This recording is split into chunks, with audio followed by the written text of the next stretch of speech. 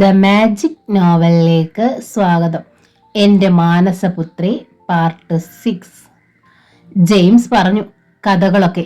എന്തായാലും ഗ്ലോറിയ അവസാനം എത്തേണ്ടിടത്ത് തന്നെ എത്തിയല്ലോ, ഐസക് പറഞ്ഞു. അയാളുടെ കയ്യിൽ പാതി ഒഴിഞ്ഞ വിസ്കി ഉണ്ടായിരുന്നു.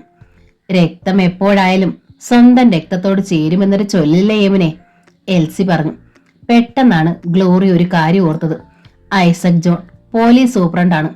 അയാളെ കയ്യിലെടുത്താൽ അസീം ഭായി ഒതുക്കാം. അങ്കിളിനെന്താ കൊമ്പം മീശയൊന്നും ഇല്ലാത്തെ? എന്നാലല്ലേ ആളുകൾ പേടിക്കൂ, നിഷ്കളങ്ക സ്വരത്തിൽ അവൾ ചോദിച്ചു. എല്ലാവരും ചിരിച്ചു. ആളുകളെ പേടിപ്പിക്കാൻ വേറെ വഴികളുണ്ട് ഗ്ലോറിയ, ഇക്കാലത്ത് മീശയൊന്നും നിർബന്ധമല്ല, ഐസക് പറഞ്ഞു. അപ്പോഴാണ് ജെയിംസ് വന്ന് ഗ്ലോറിയെ വേറൊരിടത്തേക്ക് കൊണ്ടുപോയത്. എൽസി, നീ ആ കൊച്ചിനെ കണ്ടോ? നമ്മുടെ റോബിച്ചന് നല്ല ചേർച്ചയായിരിക്കും ഇല്ലയോ? ശബ്ദം താഴ്ത്തി എൽസിയോട് ഐസക് പറഞ്ഞു. ശരിയാ, സുന്ദരി മാത്രമോ? ഈ കാണുന്ന സ്വത്തല്ല അവൾക്കല്ലേ കിട്ടാൻ പോകുന്നേ, എൽസി ഓർത്തു. അവരുടെ മകൻ റോബിൻ എഞ്ചിനീയറിംഗ് അവസാന വർഷം പഠിക്കുകയാണ്. റോബിനെ കൂടെ കൊണ്ടുവരേണ്ടതായിരുന്നു, ഐസക് ഖേദിച്ചു. അത് സാരമില്ല, അവളെ നമുക്കൊരു ദിവസം ലഞ്ചിന് വിളിച്ചോണ്ട് പോകാം, എൽസി പോം വഴി കണ്ടെത്തി. 9 മണിയായപ്പോഴേക്കും ഡിന്നർ കഴിഞ്ഞ് ഓരോരുത്തരായി യാത്ര പറഞ്ഞു പോയി. അവസാനം ജെയിംസും യമുനയും ഗ്ലോറിയും വീട്ടുകാരും മാത്രം അവശേഷിച്ചു. മോൾക്ക് സന്തോഷമായോ? ജെയിംസ് ചോദിച്ചു. സന്തോഷമായി ഡാഡി, ഇനി മോൾ പോയി കിടന്നു, നല്ല ക്ഷീണം കാണും. ഗ്ലോറിയ അവളുടെ മുറിയിലേക്ക് രക്ഷപ്പെട്ടു. അവൾ വാതിലടച്ച് ബോൾട്ട് ഇട്ടു. സന്തോഷകരമായൊരു ദിവസമായിരുന്നു. പക്ഷേ സന്തോഷം മുഴുവൻ ആ ദുഷ്ടൻ തകർത്തു കളഞ്ഞു. അസീം ഭായിയിൽ നിന്ന് എങ്ങനെ രക്ഷപ്പെടും? ഡിവൈഎസ്പി ഐസക് ജോൺ സഹായിക്കുമോ? പോലീസിനെ കൊണ്ട് അയാളെ പിടിപ്പിക്കാം, അതാണ് അസീം ഭായി ഒഴിവാക്കാൻ പറ്റിയ ഏറ്റവും നല്ല മാർഗം. പക്ഷേ ജെയിംസ് യമുനെ അറിയാതെ ഒരു നീക്കവും നടത്താൻ പറ്റില്ല. പോലീസ് ഇക്കാര്യത്തിൽ ഇടപെട്ടാൽ രണ്ടുപേരും അതറിയും. പിറ്റേന്ന് രാവിലെ ജെയിംസ് ഓഫീസിലേക്ക് പോയപ്പോൾ യമുനയുടെ അടുത്തേക്ക് ഗ്ലോറിയ ചെന്നു. വിഷണ്ണ ഭാവമായിരുന്നു അവളുടെ മുഖത്ത്. എന്താ മോളെ, ഒരു വിഷമം പോലെ? യമുന ചോദിച്ചു. മറുപടി പറയാതെ ഗ്ലോറിയ അവളെ കെട്ടിപ്പിടിച്ച് കരഞ്ഞു. എപ്പോൾ വേണമെങ്കിലും കരച്ചിൽ അഭിനയിക്കാൻ അറിയാമായിരുന്നു അവൾക്ക്. കണ്ണീര് താനെ ഒഴുകി വരും. ഗ്ലോറിയയുടെ കരച്ചിൽ കണ്ട് യമുന അമ്പരന്നു. എന്താ മോളെ, എന്തു പറ്റി നിനക്ക്? ഗദ്ഗതത്തിനിടയിൽ അവൾ കാര്യം അവതരിപ്പിച്ചു. പത്രത്തിൽ പരസ്യം കൊടുത്തപ്പോൾ ആദ്യം മറുപടി അയച്ചത് ഒരു രാമചന്ദ്രന് സുമംഗലയാ മമ്മി. അവർ എന്നെ വന്ന് കണ്ടു. അവരുടെ മോളാ ഞാനെന്ന് പറഞ്ഞു. ഞാൻ വിശ്വസിച്ചു.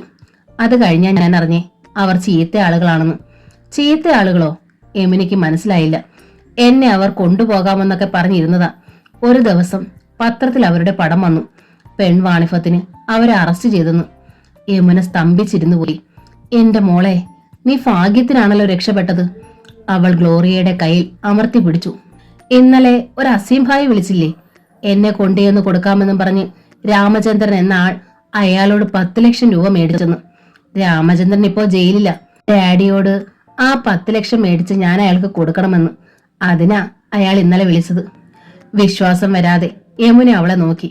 പണം കൊടുത്തില്ലെങ്കിൽ അയാൾ എന്നെ തട്ടിക്കൊണ്ടുപോകും. യമുന പെട്ടെന്ന് അവളെ കെട്ടിപ്പിടിച്ചു. നീ ഞങ്ങളുടെ മോളാ, നിന്നെ ആർക്കും കൊടുക്കത്തില്ല. അയാൾ ചോദിച്ച പണം അങ്ങ് കൊടുത്തേക്കാം. ഈ സ്ത്രീ എന്തൊരു വിഡ്ഢിയാണ്, ഗ്ലോറിയ വിചാരിച്ചു. ആ കള്ളന് 1 രൂപ പോലും കൊടുക്കാൻ പാടില്ല.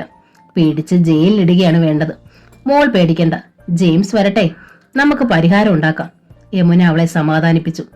അന്ന് ഉച്ചയ്ക്ക് ഊണ് കഴിക്കാൻ ജെയിംസ് വന്നപ്പോൾ ഇക്കാര്യം യമുന അയാളോട് പറഞ്ഞു. ജെയിംസ് അപ്പോൾ തന്നെ ഗ്ലോറിയയുടെ അടുത്ത് വന്ന് കാര്യങ്ങളെല്ലാം വിശദമായി ചോദിച്ചറിഞ്ഞു.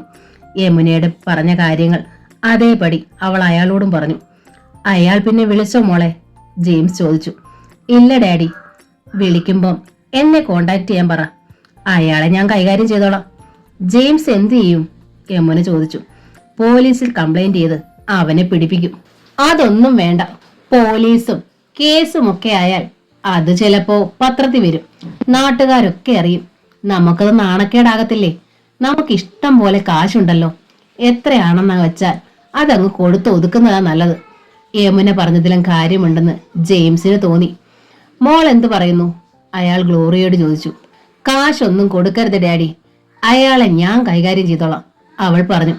നീ എന്ത് ചെയ്യുമെന്നാ പറയുന്നേ? ഉത്കണ്ഠയോടെ യമുന ചോദിച്ചു. JJ എഡ്യൂക്കേഷണൽ ട്രസ്റ്റ് എന്ന വമ്പൻ സാമ്രാജ്യം പടുത്തുയർത്തിയതാരാ? ജെയിംസ് ജോർജ് എന്ന ബുദ്ധിരാക്ഷസൻ. അദ്ദേഹത്തിന്റെ മോളാ ഈ ഞാൻ. അദ്ദേഹത്തിന്റെ ഇത്തിരി ബുദ്ധി എനിക്കും കിട്ടിക്കാണത്തില്ലേ മമ്മി? ജെയിംസിന് അത് കേട്ടപ്പോൾ അഭിമാനം തോന്നി. പക്ഷേ യമുനയുടെ ആശങ്ക വിട്ടുമാറിയില്ല. ഡിവൈഎസ്പി ഐസക് ജോൺ ആയിരുന്നു ഗ്ലോറിയയുടെ ആശ്രയം. അയാളുടെ നമ്പർ കണ്ടുപിടിച്ച് അവൾ വിളിച്ചു. ഐസക് ജോൺ? അയാളുടെ കനത്ത സ്വരം വന്നു. അങ്കിളെ, ഇത് ഗ്ലോറിയാണ്, അവൾ മധുരമായ സ്വരത്തിൽ പറഞ്ഞു. പെട്ടെന്ന് അയാൾ അവളുടെ സ്വരം തിരിച്ചറിഞ്ഞു. ജെയിംസിന്റെ മകൾ ഗ്ലോറിയ. എന്താ മോളെ വിശേഷം? വിശേഷം ഉണ്ടങ്കിളെ. ഈ നേരത്തെ അങ്കിൾ വീട്ടിൽ കാണുമെന്ന് ഞാൻ വിചാരിച്ചതല്ല. എന്റെ ഭാഗ്യത്തിനാ കിട്ടിയേ. എനിക്ക് അങ്കിളിന്റെ ഒരു ഹെൽപ്പ് വേണം. ഒരു ഹെൽപ്പല്ല, 100 ഹെൽപ്പ് അങ്കിൾ ചെയ്തു തരാം. എന്താണ് കാര്യം? ഫോണിൽ പറഞ്ഞാൽ ശരിയാവത്തില്ല. ഞാൻ വീട്ടിലോട്ട് വന്നാലോ? ഞാൻ ഓഫീസിലേക്ക് പോകാൻ തുടങ്ങുമായിരുന്നു. സാരമില്ല, ഞാൻ അതുവഴി വരാം. എന്താ അങ്കിളിനത് ബുദ്ധിമുട്ടാവത്തില്ലേ? എന്ത് ബുദ്ധിമുട്ട്? ഞാനിതാ വരുന്നു. അയാൾ ഫോൺ വെച്ചിട്ട് എൽസിയെ നോക്കി പുഞ്ചിരിച്ചു. തേടിയ വള്ളി കാലിൽ ചുറ്റിന്ന് കേട്ടിട്ടില്ലേ നീ? അതാ ഇപ്പൊ സംഭവിച്ചേ. ജെയിംസിന്റെ മോളാ വിളിച്ചേ. അവൾക്കൊരു ഹെൽപ്പ് വേണമെന്ന്. എന്ത് ഹെൽപ്പ്? അത് പറഞ്ഞില്ല. ഞാനിപ്പൊ അങ്ങോട്ട് പോവാ. അങ്ങോട്ട് പോകുമ്പോ ഏതായാലും യൂണിഫോം വേണ്ട. സാധാരണ വേഷത്തിൽ ഐസക് ജോൺ കാർ എടുത്ത് പേൾവ്യൂ ബംഗ്ലാവിലേക്ക് ചെന്നു. അപ്പോൾ യമുനയും ഗ്ലോറിയയും അയാളെ കാത്തിരിക്കുന്നുണ്ടായിരുന്നു. എന്താ മോളെ കാര്യം? ഡ്രോയിങ് റൂമിൽ ഇരുന്ന് കഴിഞ്ഞപ്പോൾ ഐസക് ചോദിച്ചു. മമ്മി ചെന്ന് അങ്കിളിന് ഒരു ചായ കൊണ്ടുവാ. അപ്പോഴേക്കും ഞാൻ കാര്യങ്ങളൊക്കെ പറയാം, ഗ്ലോറിയ പറഞ്ഞു. ശരി മോളെ. യമുന എഴുന്നേറ്റ് പോയി. ഗ്ലോറിയ എഴുന്നേറ്റ് ചെന്ന് സെറ്റിയിൽ ഐസക്കിന്റെ സമീപത്തിരുന്നു. അങ്കിൾ, അസീം ഭായി എന്നൊരാളിനെ കുറിച്ച് കേട്ടിട്ടുണ്ടോ? ഇല്ല. ഒരു ക്രിമിനൽ ആണ് അയാൾ. എന്നെ അയാൾ ഭീഷണിപ്പെടുത്തിക്കൊണ്ടിരിക്കുക. ഇന്നലെയും വിളിച്ചായിരുന്നു. അസീം ഭായിയെ കുറിച്ചുള്ള കാര്യങ്ങൾ അവൾ അയാളോട് പറഞ്ഞു. അയാൾ എല്ലാം ശ്രദ്ധാപൂർവം കേട്ടു. സാരമില്ല മോളെ, അവനെ ഞാൻ ഒതുക്കിക്കോളാം. മമ്മിയും ഡാഡിയും പറയുന്നത് രൂപ കൊടുത്ത അയാളെ ഒഴിവാക്കാമെന്നാ. ഭയങ്കര മണ്ടത്തരമല്ലേ അത്? കാശ് കൊടുത്താ പിന്നെയും പിന്നെയും അവൻ ശല്യപ്പെടുത്തിക്കൊണ്ടിരിക്കും. സാരമില്ല, ഞാൻ പറയുന്ന പോലെ ചെയ്താൽ മതി. 1/2 മണിക്കൂർ നേരം ഐസക് ജോൺ അവളോട് സംസാരിച്ചു. ഇനി അയാൾ വിളിക്കുമ്പോൾ സംസാരം ടേപ്പ് ചെയ്യണം. അയാൾ പറഞ്ഞു. റെക്കോർഡുള്ള ഫോണാണ്, സാധാരണ അത് ഉപയോഗിക്കാറില്ലെന്നേ ഉള്ളൂ. യമുന പറഞ്ഞു. ഇനി ഉപയോഗിക്കണം. ആ ടേപ്പ് നമ്മൾക്ക് എവിഡൻസ് ആയിട്ട് ഉപയോഗിക്കാം. ഐസക് ജോൺ യാത്ര പറഞ്ഞിറങ്ങി. എന്തായാലും എനിക്ക് പേടിയാകുന്നു മോളെ, യമുന പറഞ്ഞു. മമ്മി ഒന്നും കൊണ്ടും പേടിക്കണ്ട, അവൾ യമുനയ്ക്ക് ധൈര്യം കൊടുത്തു. 2 ദിവസം കഴിഞ്ഞാണ് അസീം ഭായിയുടെ അടുത്ത വിളി വന്നത്. ഗ്ലോറിയ, പണം റെഡിയല്ലേ? അയാൾ ചോദിച്ചു. അവൾ റെക്കോർഡർ ഓൺ ചെയ്തിരുന്നു. ഇപ്പോൾ 5 ലക്ഷം തരും. ഒരാഴ്ച കഴിഞ്ഞ് അടുത്ത 5 ലക്ഷം. അതേ നിവൃത്തിയുള്ളൂ ഭായി. ഡാഡിയോട് ഇക്കാര്യമൊന്നും പറയാതെ 5 ലക്ഷം ഞാൻ എന്റെ അക്കൗണ്ടിലോട്ട് മാറ്റിയിട്ടുണ്ട്. ശരി, നിന്നെ ഞാൻ വിശ്വസിക്കുകയാണ്. ഈ ആഴ്ച തന്നെ ഞാൻ വരും. എപ്പോൾ എവിടെ വെച്ച് തമ്മിൽ കാണുമെന്ന് പിന്നെ അറിയിക്കാം. ഫോൺ പെട്ടെന്ന് കട്ടായി. ഉടൻ തന്നെ ജെയിംസിനെ വിളിച്ച് ഗ്ലോറിയ വിവരം അറിയിച്ചു. ഐസക് മൊത്തം അയാൾ എത്തി. റെക്കോർഡ് ചെയ്ത സംഭാഷണം അവർ കേട്ടു. ഇനി നിന്നെ വിളിക്കുമ്പോ എന്നെ വിവരം അറിയിക്കണം മോളെ. നീ പണവും കൊണ്ട് ഏതെങ്കിലും സ്ഥലത്ത് ചെല്ലാനായിരിക്കും അവൻ പറയുന്നു. നീ ചെല്ലുന്നു, പണം കൊടുക്കുന്നു, അവൻ തിരിച്ചു പോകുമ്പോൾ നമ്മൾ പിടികൂടുന്നു. ഐസക് പറഞ്ഞു. അയാൾ രക്ഷപ്പെട്ടു പോയാലോ? ഗ്ലോറിയ ചോദിച്ചു. ഇല്ല മോളെ, നമ്മൾ 4 വഴിക്കും വല വീശി അവനെ കാത്തിരിക്കും. ഐസക്കെ, എന്റെ മോൾക്കൊരു അപകടവും സംഭവിക്കരുത്. അവൾക്ക് പകരം ഞാൻ പോയാലോ പണവും കൊണ്ട്? ജെയിംസ് ചോദിച്ചു. അവൻ സമ്മതിക്കുമെങ്കിൽ ജെയിംസ് പോയാലും മതി.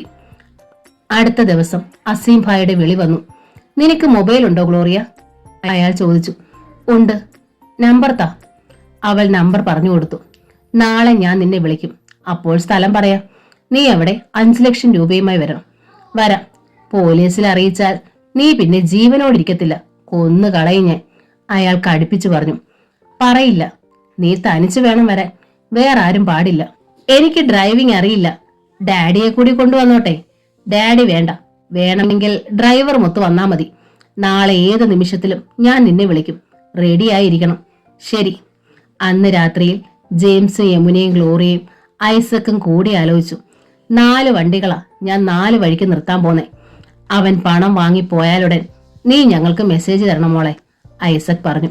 ഗ്ലോറിയ തല കുലുക്കി. പോലീസ് ഡ്രൈവർ ആയിരിക്കും നിന്റെ വണ്ടി ഓടിക്കുന്നേ. അയാൾ മോൾക്കൊരു ഹെൽപ്പായിരിക്കും. അത് കേട്ടപ്പോൾ യമുനയ്ക്കും ജെയിംസിനും കുറച്ച് സമാധാനമായി. ഐസക് ഗുഡ് നൈറ്റ് പറഞ്ഞുപോയി. ഒരു ബ്രീഫ് കേസിൽ 5 ലക്ഷത്തിന്റെ നോട്ടുകൾ അടക്കം ചെയ്തത് ഗ്ലോറിയെ ജെയിംസ് ഏൽപ്പിച്ചു. പണം പൊയ്ക്കോട്ടെ മോളെ, പക്ഷേ നിനക്കൊരാപത്തും വരാതിരുന്നാ മതി, അയാൾ പറഞ്ഞു. പക്ഷേ ഗ്ലോറിയ മുറിയിൽ ഒറ്റയ്ക്കായപ്പോൾ അവൾ ആ പണം എടുത്തു മാറ്റിയിട്ട് അത്രയും ഭാരമുള്ള പുസ്തകങ്ങൾ ബ്രീഫ് കേസിൽ എടുത്തു വെച്ച് പൂട്ടി. പിറ്റേന്ന് രാവിലെ 9 മണിയായപ്പോൾ അവളുടെ മൊബൈലിൽ അസീം ഭായി വിളിച്ചു. നീ പുറപ്പെട്ടോളൂ, എവിടെ വരണമെന്ന് ഞാൻ പിന്നീട് വിളിക്കാം. പോലീസ് ഡ്രൈവർ വന്നിട്ടുണ്ടായിരുന്നു. ഗ്ലോറിയ കാറിൽ കയറിയിരുന്നു. സീറ്റിൽ ബ്രീഫ് കേസും വെച്ചു. ആദ്യോടെ ജെയിംസ് യമുനയിൽ നിന്നു. പേടിക്കണ്ട, എനിക്കൊന്നും സംഭവിക്കില്ല, അവൾ പുഞ്ചിരിയോടെ പറഞ്ഞു. കാർ മെല്ലെ റോഡിലേക്ക് ഇറങ്ങി. അല്പദൂരം ടൗണിലൂടെ ഓടിയപ്പോൾ അസീം ഭായി വിളിച്ചു. ബീച്ചിലേക്ക് വാ, അവിടെ പച്ച നിറത്തിലുള്ളൊരു കോളേജ് കാർ കിടപ്പുണ്ട്, അതിനടുത്തേക്ക് വരണം. ശരി. അവൾ ബീച്ചിലേക്ക് പുറപ്പെട്ടു.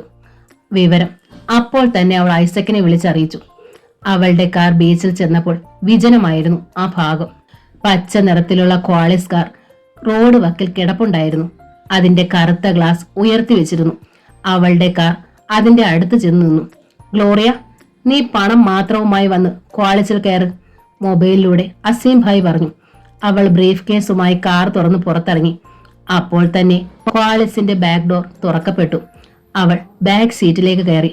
ബാക്ക് സീറ്റിൽ അസീം ഭായിയും ഫ്രണ്ട് സീറ്റിൽ ഡ്രൈവറെ കൂടാതെ ബഷീറും ഉണ്ടായിരുന്നു. 5 ലക്ഷം ഉണ്ടോ? ബ്രീഫ് കേസ് വാങ്ങിയിട്ട് അസീം ഭായ് അവളോട് ചോദിച്ചു. ഉണ്ടെന്ന് അവൾ തലകുലുക്കി. തുറന്ന് എണ്ണി നോക്കാൻ പോവാണ് ഞാൻ. പറഞ്ഞത് അത്രയില്ലെങ്കിൽ നിന്റെ സുന്ദരമായ ഈ മുഖം 1 മിനിറ്റിനകം കരിക്കട്ടയാകും. നിന്റെ മുഖത്ത് 1 ലിറ്റർ ആസിഡ് വീഴും. പെട്ടെന്ന് ബഷീർ ഒരു കുപ്പി ആസിഡ് ഉയർത്തിക്കാട്ടി. ഗ്ലോറിയ ഞെട്ടി. ബ്രീഫ് കേസ് മടിയിലേക്ക് എടുത്തു വെച്ച് അസീം ഭായി അത് തുറക്കാൻ ശ്രമിച്ചു. അത് പൂട്ടിയിരിക്കുകയാണല്ലോ എന്ന് അപ്പോഴാണ് ഗ്ലോറിയക്ക് ഓർമ്മ വന്നത്. ബെഡ്റൂമിലെ മേശയ്ക്കുള്ളിലാണ് താക്കോൽ വെച്ചിരിക്കുന്നത്. താക്കോൽ എടുക്കാൻ മറന്നതല്ല. അസീം ഭായിയൊത്തുള്ള കൂടിക്കാഴ്ച ആരംഭിക്കും മുമ്പേ ഐസക് അങ്കിളും പോലീസ് പാർട്ടിയും വന്ന് തന്നെ രക്ഷപ്പെടുത്തുമെന്നായിരുന്നു അവളുടെ വിചാരം. കാറിന്റെ ഗ്ലാസിനുള്ളിലൂടെ അവൾ പുറത്തേക്ക് നോക്കി. ആരെയും കാണാനില്ല. ഈ സമയത്ത് പോലീസ് പാർട്ടി വന്നാൽ അസീം ഭായ് തന്നെ അപായപ്പെടുത്തുമെന്ന് വിചാരിച്ചാവും പോലീസിനെ അങ്കിൾ മാറ്റി നിർത്തിയിരിക്കുന്നത്. പണവുമായി അസീം ഭായ് രക്ഷപ്പെട്ടു പോകുമ്പോൾ വലയിലാക്കാൻ കാത്തിരിക്കുകയാണ് അവർ. ഇത് തുറക്കാൻ പറ്റുന്നില്ലല്ലോ. ബ്രീഫ് കേസ് തുറക്കാൻ പലവട്ടം ശ്രമിച്ച ശേഷം അസീം ഭായ് പറഞ്ഞു. ഞെട്ടി വിറച്ച് ഗ്ലോറിയായിരുന്നു. ഇന്ന തുറക്ക്.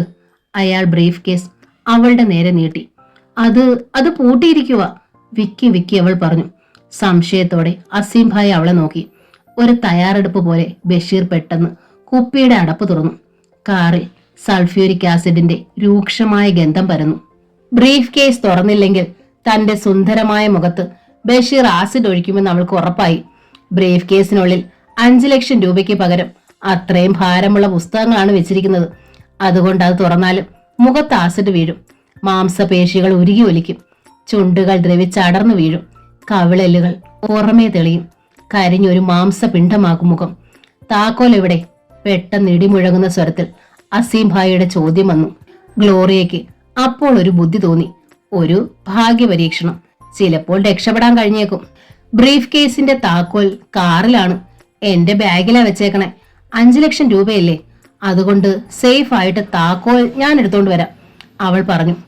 താക്കോൽ എടുക്കാൻ വിട്ടാൽ ആ തക്കത്തിന് രക്ഷപ്പെടാമെന്നായിരുന്നു അവളുടെ വിചാരം. അസീം ഭായിയും ബഷീറും പരസ്പരം ഒന്ന് നോക്കി. ഗ്ലോറിയയുടെ ഹൃദയമിടിപ്പിന്റെ വേഗത കുതിച്ചുയർന്നു. ബഷീറെ, നീ ചെന്ന് താക്കോൽ എടുത്തോണ്ട് വാ, അസീം ഭായ് പറഞ്ഞു. അവൾ ഞെട്ടി. കാറിൽ ബാഗുമില്ല, താക്കോലുമില്ല. കത്തിയോ കൈത്തോക്കോ ഇവരുടെ കയ്യിലുണ്ടെങ്കിൽ ഇപ്പോൾ തന്നെ തന്റെ കഥ കഴിക്കും. അല്ലെങ്കിൽ പിടിച്ചു കെട്ടി ബന്ധിയാക്കി ഏതെങ്കിലും അജ്ഞാത കേന്ദ്രത്തിൽ കൊണ്ടുപോയി തന്റെ ഉടുപ്പുകൾ ഓരോന്നായി അഴിച്ച്. എവിടാ നീ ബാഗ് വെച്ചേക്കുന്നേ? സീറ്റിലാണോ? പെട്ടെന്ന് ബഷീർ ചോദിച്ചു. അല്ല, കാറിന്റെ ഡിക്കിയിൽ വെച്ച് പൂട്ടിയേക്കുവാ. ഡ്രൈവറോട് പറഞ്ഞാൽ എടുത്തു വരും, അവൾ വിക്കി പറഞ്ഞു. അസീം ഭായ് ഒരു നിമിഷം ഒന്ന് ആലോചിച്ചു. പെട്ടെന്ന് അയാൾ അവളുടെ കൈത്തണ്ടയിൽ അമർത്തി പിടിച്ചു. ഉരുക്കു മുഷ്ടിയായിരുന്നു അത്. അവൾക്ക് വല്ലാതെ വേദനിച്ചു. അതിസാമർത്ഥ്യം കാണിച്ച കൊന്നു കളഞ്ഞ്. അയാൾ ബഷീറിനെ ഒന്ന് നോക്കി. നീ കാറിൽ നിന്ന് ഇറങ്ങണ്ട, ഇവൾ ചെന്ന് താക്കോൽ എടുത്തുകൊണ്ട് വരും. അയാൾ അവളെ പിടിച്ച് കാറിൽ നിന്ന് പുറത്തേക്ക് തള്ളി. എടുത്തുകൊണ്ട് വാ വേഗം. വിറയ്ക്കുന്ന കാലുകളോടെ ഗ്ലോറിയ പുറത്തേക്കിറങ്ങി. എന്താണ് സംഭവിക്കുന്നതെന്നറിയാതെ അവളുടെ കാറിൽ ഡ്രൈവർ ഭാസ്കർ ഇരിപ്പുണ്ടായിരുന്നു. കടൽ തീരം അപ്പോഴും വിജനമായിരുന്നു. പൂഴി മണ്ണിലൂടെ ഗ്ലോറിയ വേച്ച് നടന്നു. ഒരു വിധത്തിൽ അവളുടെ കാറിൽ ചെന്ന് കയറി. ഭാസ്കരൻ ചോദ്യഭാവത്തിൽ അവളെ നോക്കി. നമുക്ക് രക്ഷപ്പെടാം, വേഗം വിട്ടോ ചേട്ടാ, അവൾ പറഞ്ഞു. കടന്നടച്ചു തുറക്കും മുമ്പ് കാറിന്റെ എഞ്ചിൻ അയാൾ സ്റ്റാർട്ട് ചെയ്തു. അവൾ ഡോർ വലിച്ചടച്ചു. വെടിയുണ്ട പോലെ കാർ മുന്നോട്ട് കുതിച്ചു. സംഭവിക്കുന്നത് എന്താണെന്ന് മനസ്സിലാക്കാൻ അസീം ഭായ് ഒരു നിമിഷം എടുത്തു. കാർ എടുക്കൂ ലോപ്പോസെ, അവളെ വിടരുത്, അസീം ഭായ് അലറി. പെട്ടെന്ന് ക്വാളിസ് ഗ്ലോറിയയുടെ കാറിന്റെ പിന്നാലെ കുതിച്ചു. ഗ്ലോറിയ മൊബൈലിൽ ഐസക്കിനെ വിളിച്ചു. അങ്കിളെ, ഞാൻ രക്ഷപ്പെട്ടു, പക്ഷെ അവന്മാർ എന്റെ പിറകെ വരുന്നുണ്ട്. മോൾ ഒന്നുകൊണ്ടും പേടിക്കണ്ട, നേരെ പേൾ വ്യൂവിലേക്ക് പൊയ്ക്കോ, അയാൾ പറഞ്ഞു. ഗ്ലോറിയ പിന്നിലെ ഗ്ലാസ്സിലൂടെ പുറകിലേക്ക് നോക്കി. റോഡിലെ മറ്റു വാഹനങ്ങൾക്കിടയിൽ പച്ച ക്വാളിസ് കുടുങ്ങിപ്പോയിരുന്നു. അവൾ പേൾ വ്യൂവിലേക്ക് വിട്ടു. ഡാഡിയും മമ്മിയും പേടിക്കണ്ട, ഗ്ലോറിയ വിജയശ്രീ ലാളിതയായി തിരിച്ചു വന്നുകൊണ്ടിരിക്കുകയാണ്. എന്റെ മോളെ, നിന്നെ അവർ ഒന്നും ചെയ്തില്ലേ? ജെയിംസ് ചോദിച്ചു. ഇല്ല ഡാഡി, ഗ്ലോറിയ ആർക്കും ഒന്നും ചെയ്യാൻ പറ്റത്തില്ല. അവൾ മിസ്റ്റർ ജെയിംസ് ജോർജിന്റെ മകളല്ലേ. പേൾ വ്യൂവിന്റെ മുറ്റത്ത് നിന്ന് കാർ നിന്നപ്പോൾ ജെയിംസും യമുനയും ജോലിക്കാരായ തോമസും മേരിയും സിസിലിയും ഒക്കെ കാത്തു നിൽപ്പുണ്ടായിരുന്നു. കാറിൽ നിന്നിറങ്ങിയ ഗ്ലോറിയെ യമുന കെട്ടിപ്പിടിച്ചു. ഒരു പോറൽ പോലും ഏൽക്കാതെ എന്റെ കുഞ്ഞിനെ തിരിച്ചു കിട്ടിയല്ലോ, അവൾ പറഞ്ഞു.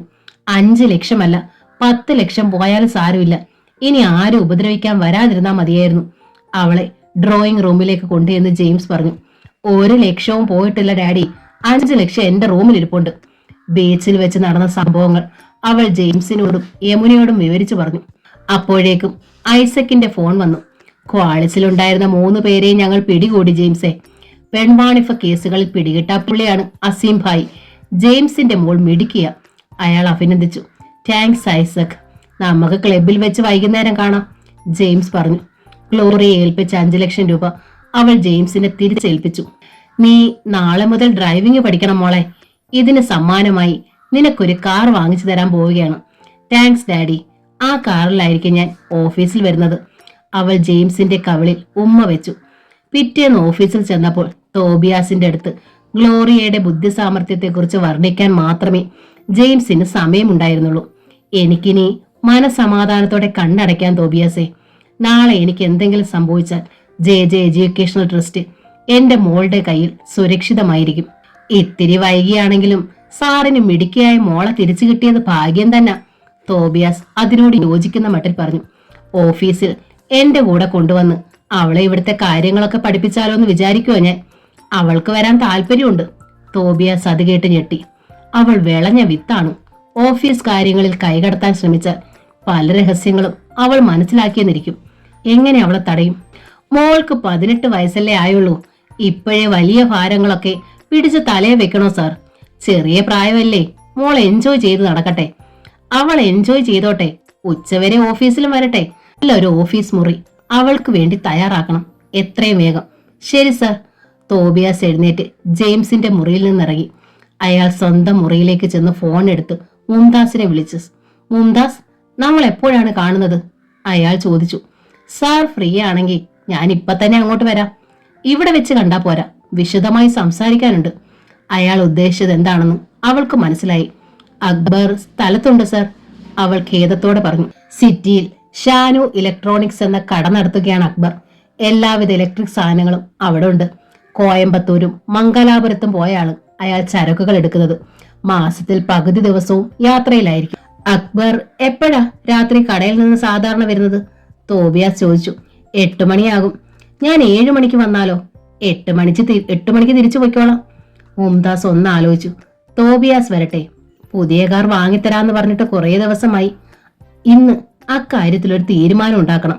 ശരി സാർ, ഞാൻ കാത്തിരിക്കും. അവൾ ഫോൺ വെച്ചു. പതിവ് പോലെ 5:30 ആയപ്പോഴാണ് മുംതാസ് ആകാശ് നഗറിലെ അവളുടെ വീട്ടിലേക്ക് പോയത്. അവൾ ചെന്നപ്പോൾ രാഗിണി പോകാൻ തയ്യാറായി നിൽക്കുന്നുണ്ടായിരുന്നു. ജോലിക്കാരി പെണ്ണാണ് രാഗിണി. മുംതാസ് ഓഫീസിൽ നിന്നെത്തിയാൽ രാഗിണി അവളുടെ വീട്ടിലേക്ക് പോകും. ഷാനു മോൾക്ക് ചായ കൊടുത്തില്ലേ? പതിവ് പോലെ മുംതാസ് ചോദിച്ചു. കൊടുത്തു മാഡം. കുളിച്ചിട്ടിരുന്ന് ഹോംവർക്ക് ചെയ്യുവാ മോള്. എന്നാൽ നീ പൊയ്ക്കോളൂ. രാഗിണി പോയി. ഷാനു മോളുടെ അടുത്ത് ചെന്നിരുന്ന് മുംതാസ് അല്പനേരം സംസാരിച്ചു. എന്നിട്ട് ബെഡ്റൂമിലേക്ക് പോയി വേഷം മാറിയിട്ടു. ക്ലോക്കിലേക്ക് നോക്കിയപ്പോൾ മണി 6. 1 മണിക്കൂറിനുള്ളിൽ തോബിയാസ് സാർ വരും. തയ്യാറായി നിൽക്കണം. കുളിക്കാനായി അവൾ ബാത്റൂമിലേക്ക് കയറി. മൈലാഞ്ചി പൂവിന്റെ മണമുള്ള ഷാമ്പു ആണ് അവൾ അന്ന് മുടി കഴുകാൻ എടുത്തത്. ആ മണം തോബിയാസിന് വളരെ ഇഷ്ടമാണ്. കുളി കഴിഞ്ഞ് മാറിന് മീതെ വെച്ച് ടവൽ എടുത്തുകൊണ്ട് അവൾ വീണ്ടും ബെഡ്റൂമിലേക്ക് വന്നു. ഏത് നൈറ്റിയാണ് ധരിക്കേണ്ടത്? അലമാര തുറന്നു നോക്കി കുറെ തെരഞ്ഞപ്പോൾ ക്രീം നിറത്തിലുള്ള ഒരു സ്ലീവ്ലെസ് നൈറ്റി കിട്ടി. അത് ധരിക്കാൻ എടുക്കും മുമ്പ് ഡ്രസ്സിംഗ് ടേബിളിലെ നിലക്കണ്ണാടിയുടെ മുന്നിൽ ചെന്ന് നിന്നിട്ട് അവൾ സ്വയം ഒന്ന് കണ്ടു. അവളുടെ വിടർന്ന ചുണ്ടുകളിൽ ഒരു ചിരി ഊറി. കുറഞ്ഞത് ഒരു 5 വർഷത്തേക്കെങ്കിലും തോബിയാസിനെ തളച്ചിടാൻ ഈ ശരീരത്തിന് കഴിയും. 7 മണിയാകാൻ 5 മിനിറ്റ് ഉള്ളപ്പോൾ തോബിയാസ് വന്നു. കാർ അകത്ത് കടന്നപ്പോൾ മുംതാസ് ചെന്ന് ഗേറ്റ് അടച്ച് ഉള്ളിൽ നിന്ന് കുറ്റിയിട്ടു. അവൾ മടങ്ങി വന്നപ്പോൾ ഡ്രോയിങ് റൂമിലെ സെറ്റിയിലിരിക്കുകയായിരുന്നു തോബിയാസ്. എന്താണ് സർ, സംസാരിക്കാനുണ്ടെന്ന് പറഞ്ഞത്?